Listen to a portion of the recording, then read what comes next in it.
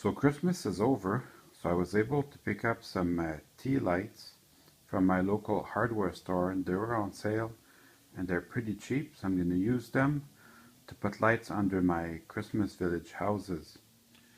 So my tea lights don't fit 100% in there. So I'm going to have to finagle them to get in there. What I'm going to do, I'm going to take this candle part off, and then I get left with this thing, which will fit in there very easily. So I'm going to do just that. So I'll just cut one side with my X-Acto knife, and it gives me enough slack to get in there and remove them. And voila. So the advantage of this is it takes me about 20 minutes to wire all my lights. The disadvantage is I have to lift up every house one at a time to turn the lights on or off.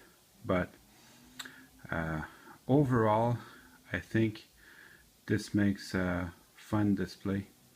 So I'm going to go ahead and turn all the lights on for you. So it works well, and it looks amazing. It's just a little tough to show with my iPhone camera, but it's still a lot of fun.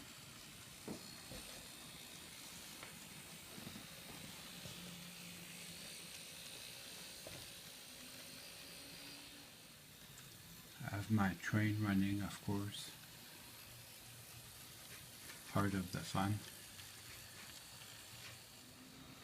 So I hope you enjoyed this video. I'm going to use those lights again on my other layout for sure.